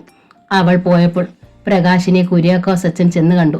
സോഫിയയിൽ നിന്ന് അറിഞ്ഞതെല്ലാം അച്ഛൻ അയാളോട് പറഞ്ഞു. ആശ്വാസമായച്ചോ, ഇനി സാരമില്ല, പ്രകാശ് പറഞ്ഞു. നീ ധൈര്യമായിട്ടിരിക്കെ, നിന്റെ സഹായത്തിന് ഞാനുണ്ട്. കുര്യാക്കോസ് അച്ഛൻ അയാൾക്ക് പിന്തുണ വാഗ്ദാനം ചെയ്തു. അന്ന് രാത്രിയിൽ യമുനയെ പ്രകാശ് വിളിച്ചു. ആന്റി, സോഫിയയും ബെഞ്ചമിനും തമ്മിൽ ഒരു ബന്ധവുമില്ല. അവൾക്ക് അവന് വെറുപ്പാണ്. അവളെ കെട്ടാൻ പോകുന്നതാണെന്നൊക്കെ അവൻ വെറുതെ പറഞ്ഞു നടക്കുന്നതാ. ആന്റി വന്ന് മാർട്ടിന സിസ്റ്ററെ കണ്ട് ഒന്നും സംസാരിക്കണം. ജെയിംസും ഞാനും കൂടി അങ്ങോട്ട് വരാമടാ, മിക്കവാറും അടുത്ത ഞായറാഴ്ച, യമുന പറഞ്ഞു. ഗ്ലോറിയ അപ്പോൾ അവളുടെ മുറിയിലിരുന്ന് TV കാണുകയായിരുന്നു. അല്പവസ്ത്രധാരികളായ സായിപ്പന്മാരും മദാമ്മമാരും ഡാൻസ് ചെയ്യുന്നത് രസത്തോടെയാണ് അവൾ കണ്ടത്. അപ്പോഴാണ് ഡാൻസ് പഠിച്ചാലോ എന്നൊരാഗ്രഹം അവളുടെ മനസ്സിൽ വിരിഞ്ഞത്. ബ്രേക്ക് ഡാൻസ് പഠിപ്പിക്കുന്ന സ്കൂളുകളുണ്ടോ എന്ന് അന്വേഷിക്കണം. ഐസക് അങ്കിളിനോട് ചോദിച്ചാൽ അറിയാൻ സാധിക്കും. സ്ഥലം DYSP അല്ലേ? ടൗണിലുള്ള സകല സ്ഥാപനങ്ങളെ കുറിച്ച് അറിവ് കാണും. അപ്പോൾ തന്നെ അവൾ ഐസക്കിന്റെ വീട്ടിൽ വിളിച്ചു. റോബിനാണ് ഫോൺ എടുത്തത്. പപ്പ ഡ്യൂട്ടിയിലാണല്ലോ, ആരാ വിളിക്കുന്നത്? അവൻ ചോദിച്ചു. ഞാൻ ഗ്ലോറിയാണ്. ഓ, ജെയിംസ് അങ്കിളിന്റെ മോൾ. നമ്മൾ തമ്മിൽ പരിചയപ്പെട്ടിട്ടില്ലെങ്കിലും പപ്പയും മമ്മിയും ഗ്ലോറിയെ കുറിച്ച് ഒരുപാട് പറഞ്ഞിട്ടുണ്ട്, അവൻ പറഞ്ഞു. റോബിനെ കുറിച്ച് ഐസക് അങ്കിൾ പറഞ്ഞിട്ടുണ്ട്. എഞ്ചിനീയറിംഗ് ഫൈനൽ ഇയർ ആണല്ലേ? അതെ, ഒരു ദിവസം ഞാൻ അങ്ങോട്ട് വരാം. ഇപ്പൊ എന്തിനാ പപ്പയെ വിളിച്ചത്? ബ്രേക്ക് ഡാൻസ് പഠിപ്പിക്കുന്ന സ്കൂൾ ഇവിടെ ഉണ്ടോ റോബിൻ? ഉണ്ടല്ലോ, ഞാൻ അവിടെ ഡാൻസ് പഠിക്കാൻ പോകുന്നുണ്ട്. എന്താ ഗ്ലോറിയക്ക് താല്പര്യമുണ്ടോ? ആഹ്ലാദത്തോടെ അവൻ ചോദിച്ചു. ഉണ്ട്, എങ്കിൽ ഞാൻ കൊണ്ടുപോകാം. ശനിയാഴ്ച ഞാൻ അവിടെ വരാം. തയ്യാറായിട്ടിരുന്നു. ശനിയും ഞായറും മാത്രമേ ഡാൻസ് ക്ലാസ് ഉള്ളൂ. ഞാൻ വരാം Robin. Good night. Good night. Gloria താഴേക്ക് ഇറങ്ങി ചെന്നു. ഡ്രോയിങ് റൂമിൽ യമുന ഉണ്ടായിരുന്നു. അവൾ യമുനയുടെ അടുത്തിരുന്നു. ഞായറാഴ്ച ഞാനും ജെയിംസും ഇവിടെ കാണത്തില്ല. ഞങ്ങൾ ലിറ്റിൽ ഫ്ലവർ കോൺവെന്റിലേക്ക് പോകും. എന്തിന്? സോഫിയയ്ക്ക് ആ ഡ്രൈവറുമായിട്ട് ഒരു ബന്ധവുമില്ല. ഒക്കെ അയാൾ വെറുതെ പറഞ്ഞു നടക്കുന്നതാ. മാർട്ടിന സിസ്റ്ററെ കണ്ട് പ്രകാശിന് വേണ്ടി അവളെ പെണ്ണാലോചിക്കാനാ. ഗ്ലോറിയ ഞെട്ടി. എന്തെങ്കിലും ഉടൻ ചെയ്തേ പറ്റൂ. സോഫിയെ പ്രകാശ് കെട്ടാൻ പാടില്ല. പിറ്റേന്ന് ഗ്ലോറിയ കോൺവെന്റിലേക്ക് വിളിച്ച് ഷലോമിയുമായി സംസാരിച്ചു. ബെഞ്ചമിനോട് പറ എന്നെ അത്യാവശ്യമായിട്ടൊന്ന് വിളിക്കാൻ. അവൾ പറഞ്ഞു. എന്തിനാടി? ഷലോമി പറഞ്ഞു. അതൊക്കെ പിന്നെ പറയാം. എന്റെ മൊബൈലിലേക്ക് വിളിച്ചാൽ മതിയെന്ന് പറയണം. ഗ്ലോറിയ അവൾക്ക് നമ്പർ കൊടുത്തു. 1 മണിക്കൂർ കഴിഞ്ഞപ്പോൾ ബെഞ്ചമിന്റെ വിളി വന്നു. എന്തിനാ ഗ്ലോറിയ നിന്നെ വിളിക്കാൻ പറഞ്ഞേ? അവിടുന്ന് പോന്നെങ്കിലും ബെഞ്ചമിനെ ഞാൻ മറന്നിട്ടില്ല. മനസ്സിലായില്ലേ? സോഫിയെ ബെഞ്ചമിന് കെട്ടണ്ടേ? വേണം. അടുത്ത മാസം ഞങ്ങളുടെ കെട്ട് നടക്കും. അതിനുവേണ്ടി കുറച്ച് കാശുണ്ടാക്കിക്കൊണ്ടിരിക്കുക ഞാൻ. അപ്പോഴേക്ക് പ്രകാശ് മാത്യു അവളുടെ കഴുത്തിൽ മിന്നി കെട്ടും. ആരാ പ്രകാശ് മാത്യു? മനസ്സിലാകാതെ ബെഞ്ചമിൻ ചോദിച്ചു. സോഫിയെ പഠിപ്പിക്കുന്ന സാറാ, കോളേജിലെ. അവർ വലിയ ഇഷ്ടത്തില്ല. അത് നടക്കത്തില്ല. ഞാനത് സമ്മതിക്കത്തില്ല. അവൾ എന്റെ പെണ്ണ. വാശിയോടെ അവൻ പറഞ്ഞു. ചെന്ന് 2 പെടപെടച്ചാൽ പ്രകാശ് മാത്യു പറക്കും. അതാ വേണ്ടത്. അവൾ എരിവ് കയറ്റി. സാമാന്യം നന്നായി മദ്യപിച്ച ശേഷം ജീപ്പുമായി ബെഞ്ചമിൻ അന്ന് വൈകുന്നേരം പ്രകാശ് മാത്യുവിന്റെ വീട്ടിലേക്ക് ചെന്നു. ജീപ്പ് ഗേറ്റിന് വെളിയിൽ നിർത്തിയിട്ട് അവൻ വണ്ടിയിൽ നിന്നിറങ്ങി. എടാ പ്രകാശേ, മര്യാദയ്ക്ക് ഇറങ്ങി വാടാ ഇങ്ങോട്ട്. അടഞ്ഞു കിടന്നിരുന്ന ഗേറ്റിന്റെ അഴികളിൽ പിടിച്ചുവലച്ച് അവൻ വിളിച്ചു പറഞ്ഞു. ആദ്യം പുറത്തിറങ്ങി വന്നത് ഈപ്പൻ സാറാണ്. പിന്നാലെ മറിയാമ്മ ടീച്ചർ വന്നു. മോനോട് പറഞ്ഞേക്ക് സോഫിയെ വിട്ടേക്കാൻ. അവൾ എന്റെ പെണ്ണ. അവളെ കെട്ടാൻ വന്നാ ഞാൻ അവനെ കുത്തി മലർത്തും.